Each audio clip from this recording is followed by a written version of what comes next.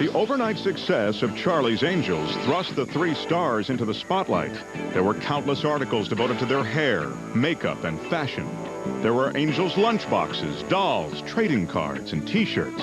It was hard to realize that Charlie's Angels was a success because we were working such long hours, and on the first interview, people would ask, what is it like, what is it like to have the show so popular? And I really didn't realize it. My first week in production on that series, they were being photographed for the cover of Time magazine. But the superstardom reached by one of the Angels is pure Hollywood legend. Farrah quickly emerged as the media star of the show. In the history of television, this woman just stood out like that. I mean, she became an instantaneous international star. But it was the release of a single merchandising item that pushed her star into the stratosphere. Everything was Farrah, and of course the poster, we all know her poster, which was just another poster, but I think every teenage kid in the world must have had it. The poster was a sensation, with over 8 million copies purchased in the first year alone. Not since Marilyn Monroe had a woman inspired such a sexually charged frenzy. When people say you are a sex symbol, that I kind of cringe. Hundreds of thousands of boys had their first sexual experience with Farrah Fawcett. She just wasn't there. Farrah mania became so overwhelming that when Scholastic magazine polled high school students to list their personal heroes, Farrah came in #1. President Jimmy Carter finished 16th. Everybody was frantic. Women wanted to have Farrah Fawcett hair. They would walk into the beauty shop and say, do me a Farrah. While Farrah's meteoric rise to superstardom did much to make Charlie's Angels a huge hit, it also affected the balance of a show that had started out as a star vehicle for Kate Jackson. All of a sudden, you've got the most famous woman in the world, boom, being the sidekick to Kate Jackson. Well, that wasn't going to work. Kate is a very attractive woman. And then Farrah came in. Well, suddenly she's not quite the most attractive woman on the show. And then Jackie comes in, who is absolutely beautiful.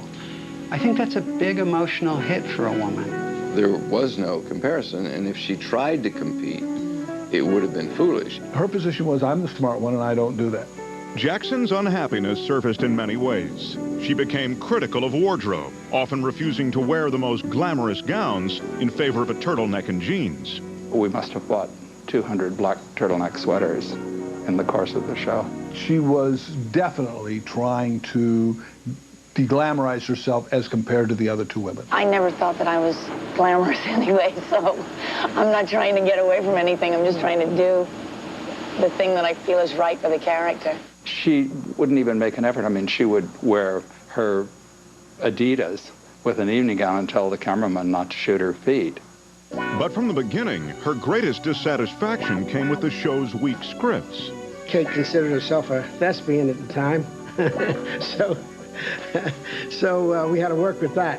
When people would say, which angel are you? She would say, I'm the one who can act. Somebody who has modest skills, but has an exaggerated opinion about what their ability is, and then flaunts it, and then frankly it's a pain in the ass. Of course, you know, as a director, that's it just makes it difficult. I demand a lot of myself, and I demand as much, but not more, of the people around me. Hence, the word difficult comes into the picture. I got a lot of heat from her, and we had a lot of problems. It was kind of a little war. I thought it would break down and get funny after a while, but it didn't. Kate and I were really fighting. I was going to quit because of her. And this is typical of how neurotic she is. She came over to me and said, we're going to be on hiatus and I'm going to Paris for a week. Do you want to go? And I said, Kate, I'm not even speaking to you. Why would I want to go to Paris with you?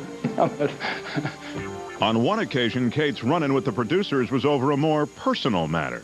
We were on location in Los Angeles near the airport. We had taken over a hotel and dressed it up to be a Las Vegas casino. And Kate wanted to go home. She wanted to leave at 7:30. Why did she want to leave at 7:30? She had a date with Warren Beatty. This was a dream date. and she was going to have it. And I refused to shut the company down for her, so she said, I'll pay for it. What will it cost? It amounted to several episodes of salary for her to write this check. And she's poised with her checkbook. I said, we're not shutting down, and you're not going home. She says, I am going home. She said, get Leonard Goldberg on the phone, which I did. I told him that I thought this was a big mistake. She got on the phone. They talked for a couple of minutes. I was put back on the phone again, and Leonard said, close down the company, let her go. From almost the very beginning, life on the Charlie's Angels set was in uproar. There were countless requests for photo shoots and interviews with the stars. And the legions of fans turned the 20th Century Fox lot into a daily mob scene. I go through a lot of days when I think I cannot get up and face a camera, certainly the press, or even fans outside who just want autographs. When we would go on location, literally tens of thousands of people would come at us. And we had 30 or 40 cops just trying to keep them at bay. We were getting a lot of death threats, a lot of things were going on, but we never told Farrah. People were climbing over the walls at the studio trying to take pictures. We just hired bodyguards, we had surveillance people. I had to finally say, you know, who am I kidding? I can't even sneak into a restaurant or a movie theater. At the beginning of Charlie's Angels, it must be what, you know, the rock stars experience today. You couldn't walk down the street. We were shooting, we were with guards, and we had to be taken through kitchens and alleyways. A lot of weird things did happen. In fact, I don't know if Jacqueline Smith will tell you, but somebody got into her trailer on the set and tried to rape her. I was having a dinner party, and someone arrived and said, Jacqueline can't come. She was walking the dog, and someone jumped out of the bushes and attacked her. Coming up, Farrah leaves Charlie's Angels and is threatened with a $13 million lawsuit. Her reaction to that was, I'm leaving anyway, go sue me. Cheryl Ladd's quick and ample replacement of Farrah proves too much for the network's censors. It was a wonderful thing to look at, but you notice in that show, all the shots are very tight on her head.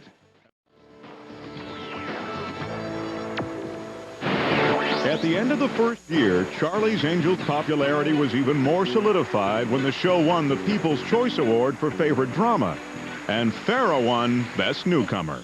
I'm very lonely up here without my friends, and that's Kate and Jackie. I want to thank you very much because I couldn't have done it without you. But within days of their success, the future of Charlie's Angels was to be severely in doubt. Farrah announced while I was still there that she would not continue for the second year. The first I heard was a news announcement that Farrah wouldn't be returning for Charlie's Angels. I had no wind of it. We had had no discussions about it, as far as I remember. It was very, very surprising. Some blamed Farrah's hasty exit on simmering problems with Lee Majors. Lee was so mad because he would wake up in the morning, she was already gone into hair and makeup, and when he'd come home dead tired for dinner, she wasn't home yet. So he had said, look, this family makes $55,000 a week, and I make 50 of it. And there is no reason to throw this marriage into this kind of a discomfort zone. A lot of articles, remember, written about how Lee made me go home and cook dinner after I slaved at the studio. Right, slaved all day. It's only because I love cooking, and it's kind of like therapy for me. Others believe that Farrah's decision to leave had less to do with saving her marriage and more to do with promoting a movie career. People were whispering things in her ear, saying you can be a movie star. What, are you going to do this for another 4 or 5 years? And who knows what will happen? You'll be an old woman by the time you're finished with this show.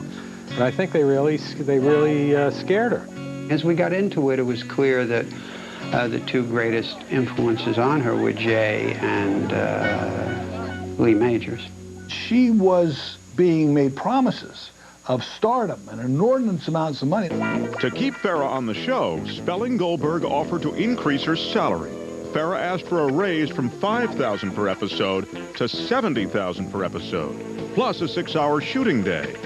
The producers rejected the deal and, claiming she was in breach of contract, sued her for $13 million. I would say to her, Farrah, what are you going to do? You have a signed contract with us.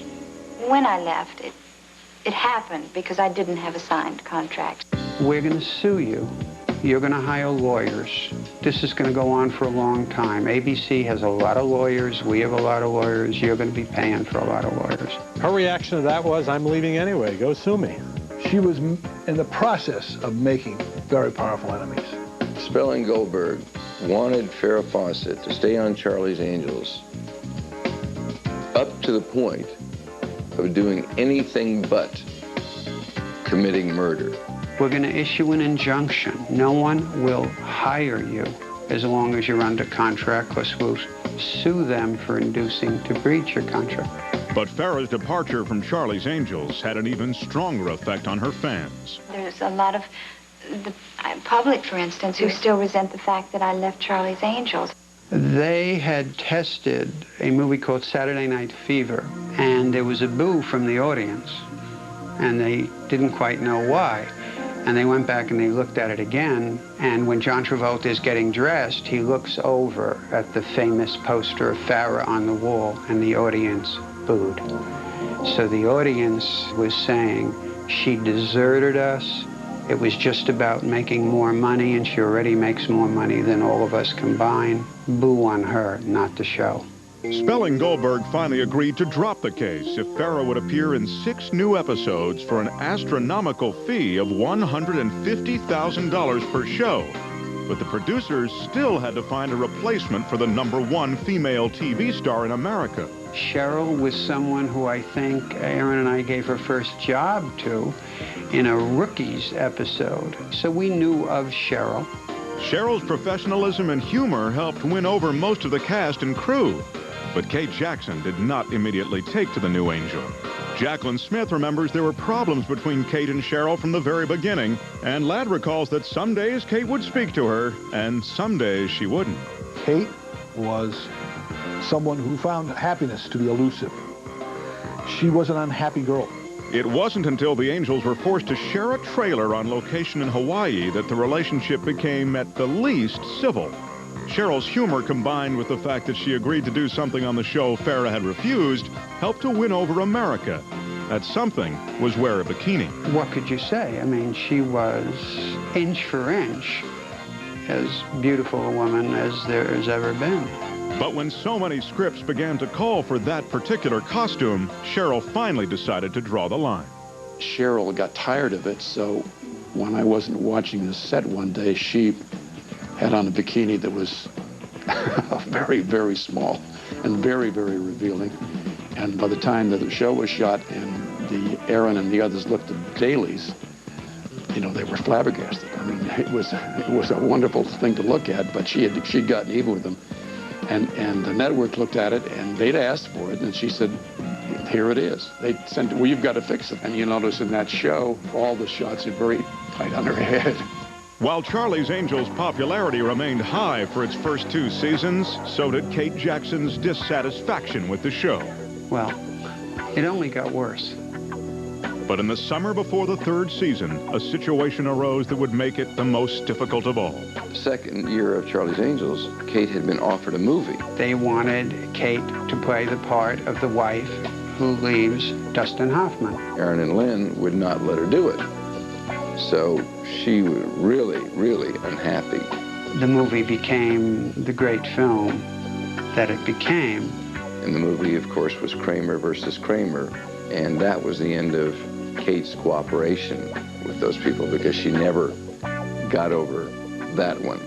The 3rd season would be Jackson's last. She continued to complain about the weak scripts, the same scripts that earned her 3 Golden Globe and 2 Emmy nominations. Aaron Spelling was quoted as saying it was not a happy set, and Kate was dropped for the good of the show. We didn't want to replace Kate with a look-alike of Kate Jackson, so we went for an Eastern, somewhat a little, perhaps mistakenly, she's a little waspy, a little colder than Kate. While the 4th year of Charlie's Angels began with the show in the top 10, the ratings began a downward spiral, with most of the blame placed on the stiffness of Hack's acting. Aaron said, you know, just try without going too far to cut down some of her dialogue and let her concentrate, and I'm going to get her to take acting lessons. The very first show she did, she had one line. Somebody said a line, and they were all standing around on the deck of a ship, and well, what should we do? Shelley's line was, punt? I swear to God, I think that was the only line she had in the show. Behind the scenes, she seemed just as unpopular with her co-workers. when they first signed her, she was saying to everyone, "Oh, I'm so grateful to you. Thank you. I'll never forget it." A week later, she's going, "You there, get over here." By the end of the season, the three beautiful angels were regularly defeated by NBC's pint-sized star Gary Coleman in different strokes. I think people said, you know, enough already with this. We started kind of a downward spiral with the replacements. The once unbeatable show was now ranked 63rd out of 65 shows, with the final episode airing on June 24th, 1981. Coming up, Farrah finally goes public about her bizarre appearance on David Letterman. The audience was having fun, and I thought I was having fun, but apparently. So what?